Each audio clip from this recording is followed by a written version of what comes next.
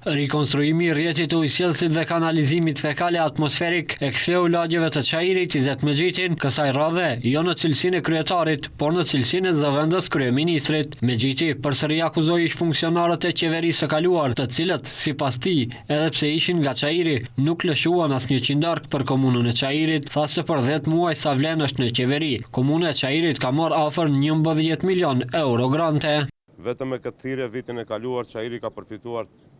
3 milion euro nga qeveria, ndërsa këtu duhet të shtojmë edhe mbi 8 milion euro projekte që janë fituar në fillim të këtij viti.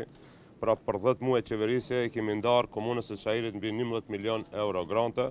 nga 0 dolar të ndara nga qeveria e kaluar në vitin 2022, 2023 dhe gjysmën e parë të vitit 2024, deri në rënien e qeverisë së korruptuar me funksionar të listës së zezë amerikane. Kryetari i komunës së Çajirit Visar Ganiu ka thënë se ky projekt është përgjigje direkte ndaj nevojave të qytetarëve të kësaj ane, tha se do të vazhdojnë me të njëjtin intensitet edhe në për të gjitha rrugët dhe rrugicat e Çajirit. Në total do të ndërhyjet në 16 segmente të ndryshme, duke përfshirë rrugë dhe rrugica, si Halim Halimić, Luiç Gurakuçi, Imri Elezi, Elena Gjika, Ali Shevqet Shkupi, Gjorgji Tomovski, Ferit Zairi, vëllezërit